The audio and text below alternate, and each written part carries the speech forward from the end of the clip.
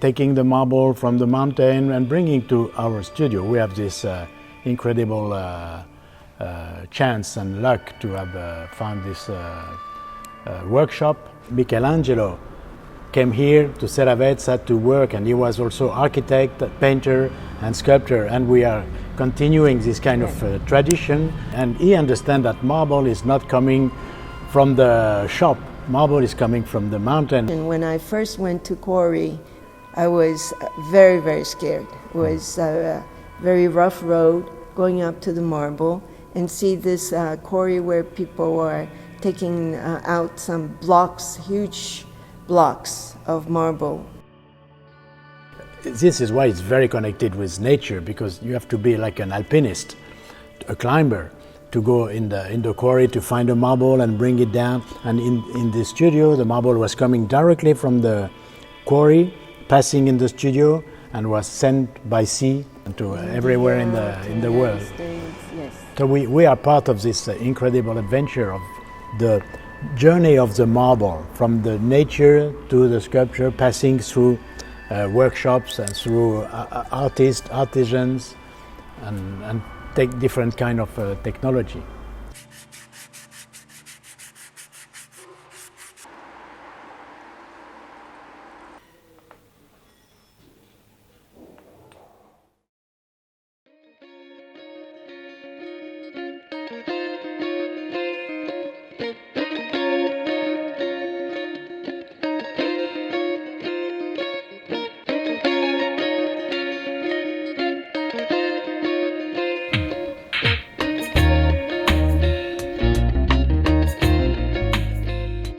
There has to be a love or passion working in marble. It's not like you could stay in the studio and listen to music and create. When we create, it's sometimes very noisy and physically heavy, but the collaboration with the assistant or even using the instruments correctly, not abusing the marble or abusing the instruments that we use. We have this very friendly collaboration. We want to give life to the marble and not to kill it. The passage of the marble block from the mountain to the factory to our studio to the assistants and our hands and finishing. It's a passage also, a journey for the marble to change into sculpture or art piece, if you like to call it, that speaks something and that it's alive.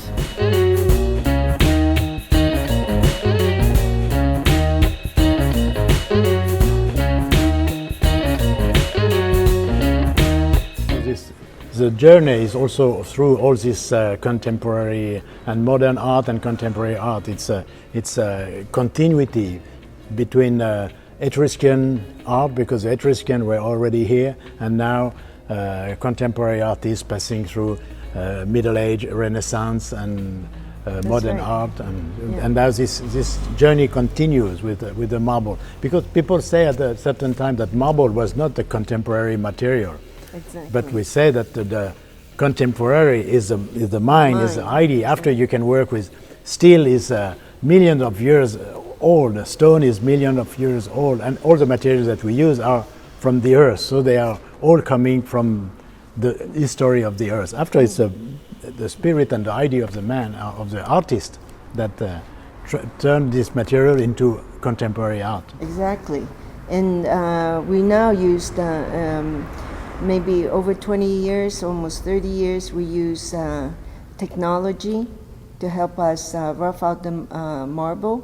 And now we're trying to use technology to understand where carving can go. But it's still continuity also, this journey. Yes. Because when we discover the pneumatic hammer, remember pneumatic hammer, oh, that was wow, fantastic. With this we can do a new thing, and we discover also new texture, new way of carving with the pneumatic. And after arrived the diamond disc, With diamond disc we make other sculpture. All the form of the sculpture changed because of the use of the diamond disc. And now we use computer and CNC machine and robot and all this kind of thing. And also the possibility of creating adapted to this technology. Of course we do different sculpture because we have also different tools. All these technology are tools. Before we start with the hands because modeling is the tools are the hand, and after we use a chisel and hammer and a pneumatic hammer and grinder and many other things. But all this is still connected by the brain and the concept and the ideas that is coming through.